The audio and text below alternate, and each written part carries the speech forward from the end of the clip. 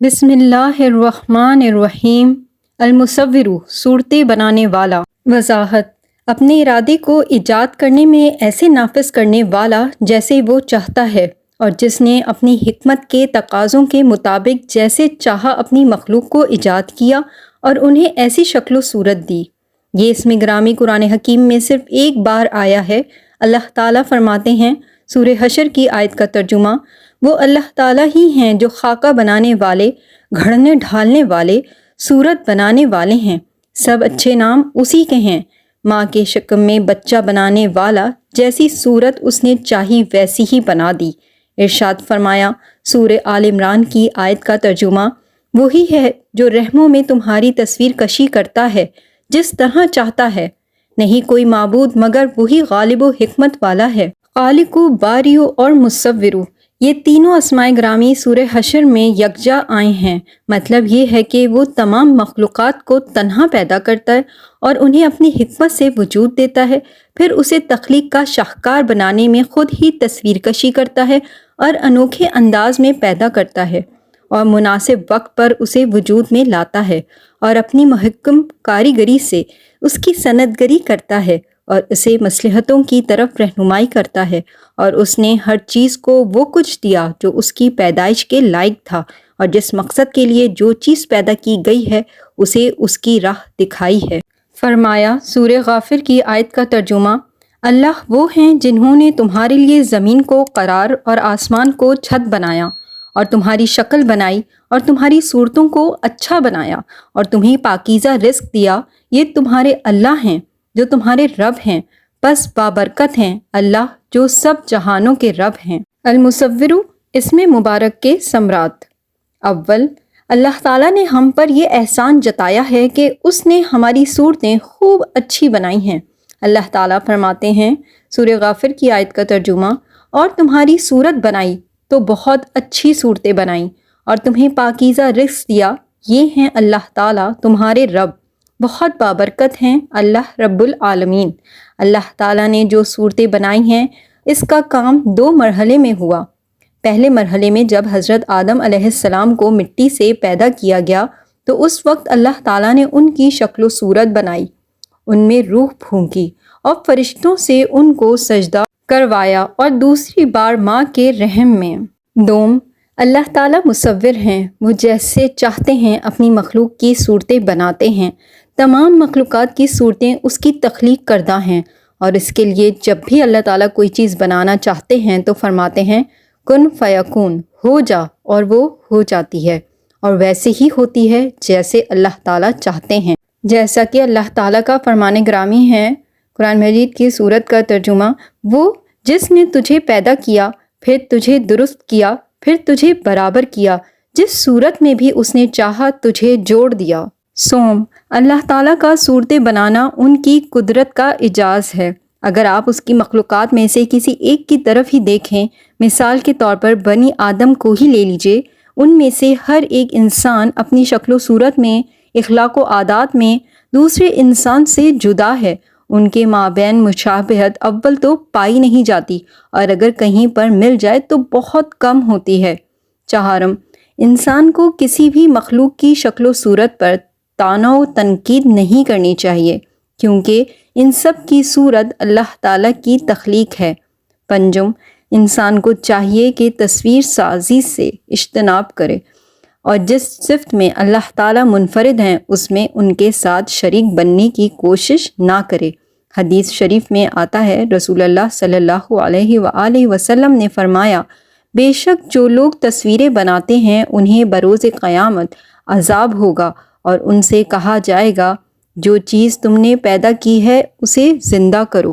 فائدہ: الخالق کے معنی ہیں ایجاد اور ظہور سے قبل تمام مخلوقات کو اپنے علم و حکمت کے مطابق ان کے اوصاف پر مقدر کرنے والا۔ الباری، جو کچھ اس نے تقدیر میں فیصلہ کر دیا ہے اس کو نافذ کرنے والا، اس تخلیق کے مقتضی کے مطابق عدم سے وجود میں لانے والا۔ المصور، موجودہ شکل و صورت میں منصب ظہور پر لانے والا۔ صورت بنانے کا کام چونکہ وہ مصور حقیقی ہی کر سکتا ہے، کوئی دوسرا نہیں کر سکتا، یہی وجہ ہے کہ اللہ سبحانہ تعالیٰ نے اپنے بندوں پر ذی روح چیزوں کی تصاویر بنانا حرام قرار دیا ہے، کیونکہ اس میں خالق کے عمل کی مشابہت ہو جاتی ہے اور اس سے شرک و ضلالت کا دروازہ کھلتا ہے۔ رسول اللہ صلی اللہ علیہ وآلہ وسلم فرماتے ہیں، لوگوں میں سے سب سے زیادہ عذاب روز قیامت مصوروں کو ہوگا، اور رسول اللہ صلی اللہ علیہ وآلہ وسلم نے یہ بھی فرمایا، روز قیامت سخت ترین عذاب میں وہ لوگ ہوں گے جو اللہ کی پیدائش کی مشابہت کرتے ہیں۔ حضرت ابو ہریرہ رضی اللہ تعالیٰ عنہ بیان کرتے ہیں، رب تعالیٰ فرماتے ہیں، وہ سب سے بڑا ظالم ہے جو میری مخلوق کو پیدا کرتا ہے، پس انہیں چاہیے کہ یہ ایک ذرہ دانہ یا ایک جو پیدا کریں۔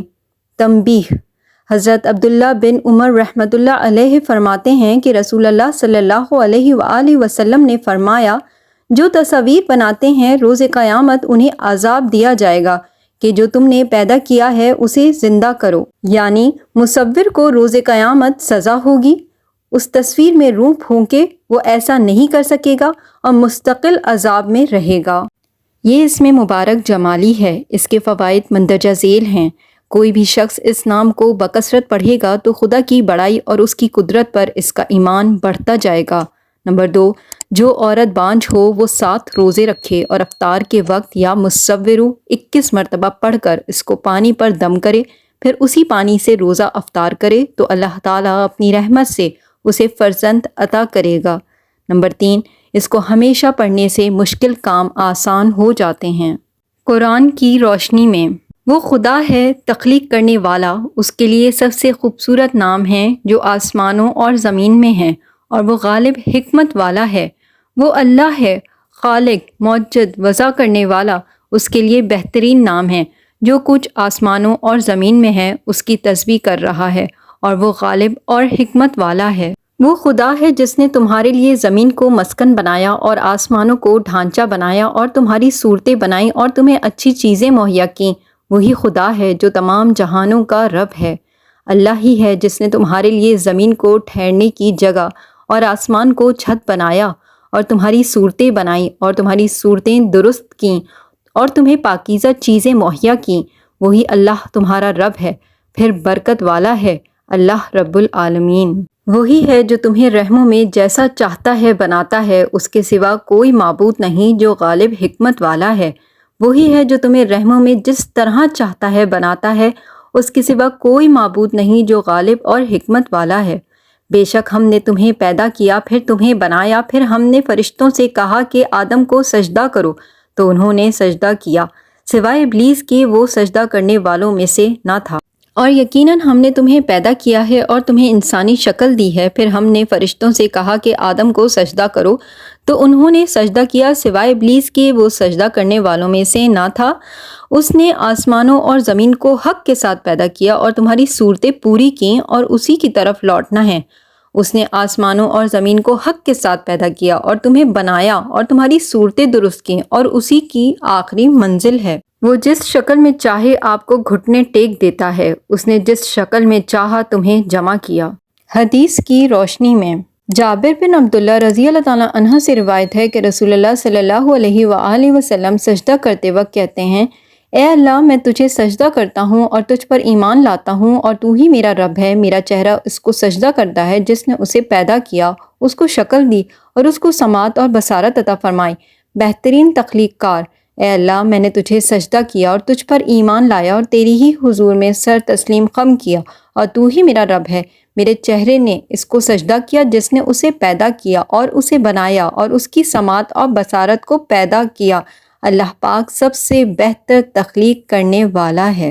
علی بن ابی طالب رضی اللہ تعالیٰ عنہ سے روایت ہے کہ رسول اللہ صلی اللہ علیہ وآلہ وسلم نے فرمایا، فرشتے اس گھر میں داخل نہیں ہوتے جس میں تصویر، کتا یا ایسا آدمی ہو جو جنسی ناپاکی سے ناپاک ہو۔ ابن عمر رضی اللہ تعالیٰ عنہ سے روایت ہے کہ رسول اللہ صلی اللہ علیہ وآلہ وسلم نے فرمایا، تصویریں بنانے والوں کو قیامت کے دن عذاب دیا جائے گا اور ان سے کہا جائے گا کہ جو کچھ تم نے بنایا ہے اس میں روح پھونک دو۔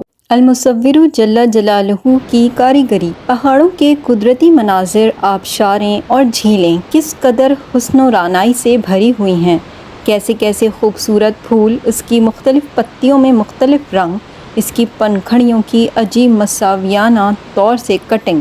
بعض جگہ پہاڑوں پر اس طرح کئی چھوٹے چھوٹے درخت لگے ہوئے ہیں گویا سبز رنگ کا قالین حد نظر تک بچھا ہوا ہے، اور پہاڑوں کے شگافوں میں گویا سچی چاندی بھری ہوئی ہے۔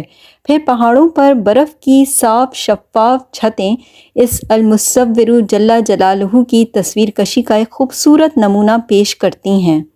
پتھروں، پودوں، پھولوں، تتلیوں اور جانوروں پر طرح طرح کے نقش و نگار بنا دیے ہیں اور بڑے مناسب رنگ بھرے ہیں۔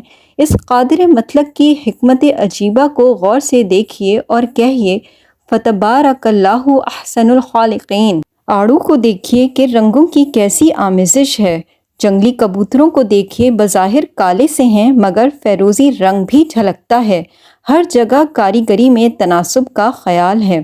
غور کیجیے کہ اگر ہاتھی کی آنکھیں اس کے جسم کے مطابق ہوتیں تو کوئی بھی دیکھنے کی تاب نہ لا سکتا اور وہ کتنا برا اور ڈراؤنا دکھائی دیتا۔